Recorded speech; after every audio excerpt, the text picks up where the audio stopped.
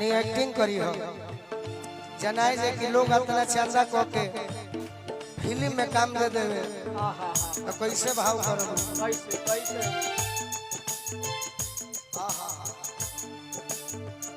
रोवा गन गनाई पिया ए पिया कोरा जब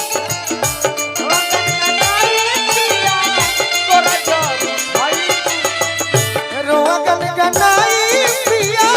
कोरा जब उठाई है कोरा जब उठाई है हो कोरा जब उठाई है ठाकुर मनोज हमार जिया जुड़ाई है जिया जुड़ाई है हो जिया जुड़ाई है ठाकुर मनोज हमार जिया जुड़ाई है जिया जुड़ाई है हो जिया जुड़ाई है भैया हमार बबलू राय जी बरमरसी मंच कुशीनगर के माध्यम से आशीर्वाद दिले बनी भैया के बार बार प्रणाम करो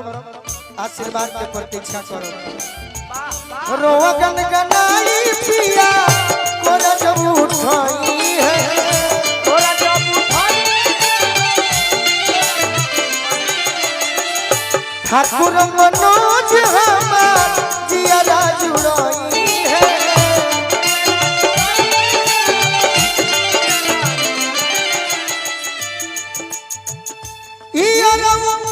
गोलू राजा के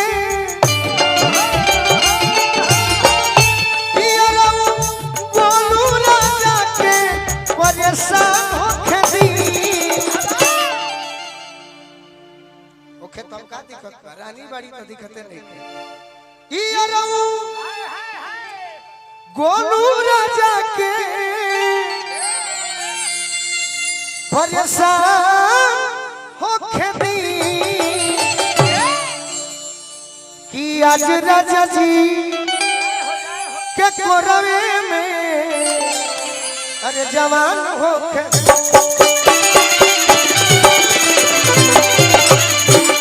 आज राजा जी के कोरवे में जवान होके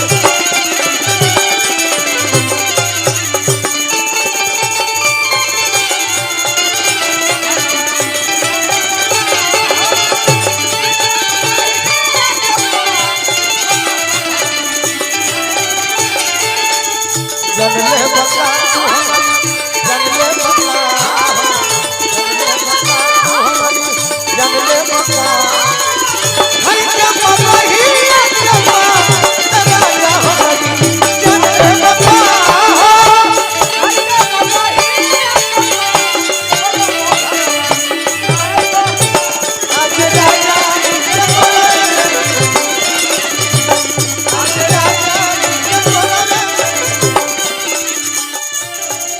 एक गीत पर हमारा के आशीर्वाद दिल वाली श्री बबलू राय जी प्रबंधक